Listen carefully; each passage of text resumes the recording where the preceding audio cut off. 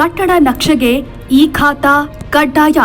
ರಾಜ್ಯ ಸರ್ಕಾರ ದಿನಕ್ಕೊಂದು ನಿಯಮಗಳನ್ನು ರೂಪಿಸುತ್ತಾ ಆಸ್ತಿದಾರರ ಗೊಂದಲಕ್ಕೆ ಕಾರಣವಾಗುತ್ತಿದೆ. ಬಿಬಿಎಂಪಿ ವ್ಯಾಪ್ತಿಯಲ್ಲಿ ಕಟ್ಟಡ ನಕ್ಷೆಗಾಗಿ ಆನ್ಲೈನ್ ಮೂಲಕ ಅರ್ಜಿ ಸಲ್ಲಿಸುವ ಸ್ವತ್ತುಗಳು ಈ ಖಾತಾ ಪಡೆದಿರುವುದನ್ನು ಕಡ್ಡಾಯಗೊಳಿಸಿ ಬಿಬಿಎಂಪಿ ಆದೇಶ ಹೊರಡಿಸಿದೆ.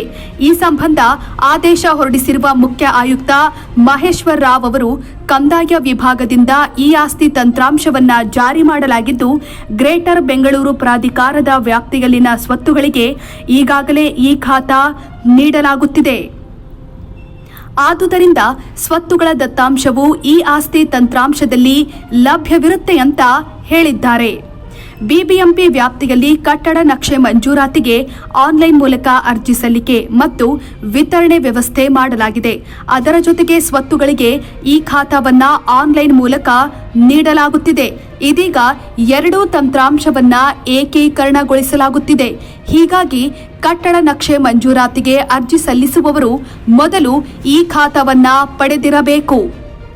ಹೀಗಾಗಿ ಜುಲೈ 1ರಿಂದ ನಕ್ಷೆ ಮಂಜೂರಾತಿಗೆ ಅರ್ಜಿ ಸಲ್ಲಿಸುವವರು ಈ ಖಾತಾ ಅಥವಾ ಇಪಿಐಡಿ ಸಂಖ್ಯೆಯನ್ನ ತಂತ್ರಾಂಶದಲ್ಲಿ ನಮೂದಿಸುವುದು ಹಾಗೂ ಈ ಖಾತಾ ಸಲ್ಲಿಸುವುದನ್ನು ಕಡ್ಡಾಯಗೊಳಿಸಲಾಗಿದೆ.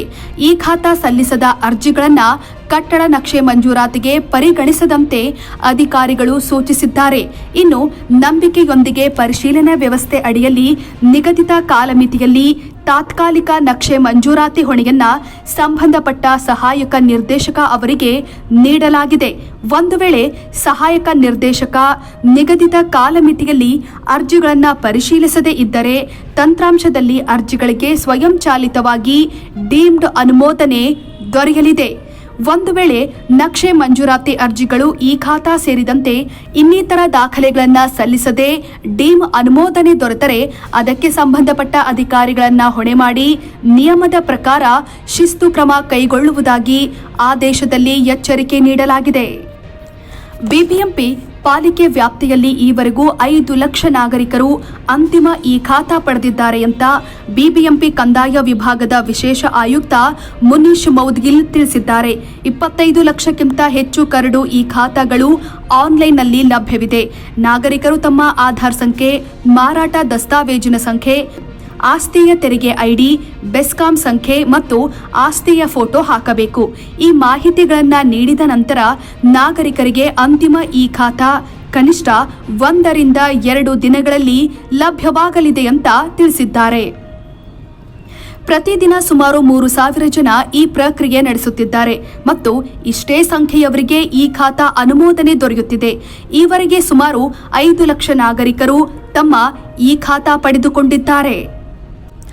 ಅರ್ಜಿ ಸಲ್ಲಿಕೆಯಾದ 1 ರಿಂದ 2 ದಿನಗಳಲ್ಲಿ ಈ ಖಾತಾ ಅನುಮೋದಿತವಾಗಲಿದೆ. ಸರ್ಕಾರ ಹೀಗೆ ದಿನಕ್ಕೊಂದು ನಿಯಮಗಳನ್ನು ಜಾರಿಗೊಳಿಸುತ್ತಿರುವುದು ಸಾಕಷ್ಟು ಗೊಂದಲ ಸೃಷ್ಟಿಸುತ್ತಿದೆ. ರಾಜ್ಯ ಸರ್ಕಾರವು ಇತ್ತೀಚೆಗೆ ಒಂದು ಮಹತ್ವದ ನಿರ್ಧಾರ ತೆಗೆದುಕೊಂಡಿದೆ. ಅಧಿಕೃತ ಆಸ್ತಿಗಳಿಗೆ ಬಿ ಖಾತಾ ನೀಡಲು ಆರಂಭದಲ್ಲಿ 3 ತಿಂಗಳ ಕಾಲಾವಕಾಶ ನೀಡಲಾಗಿತ್ತು.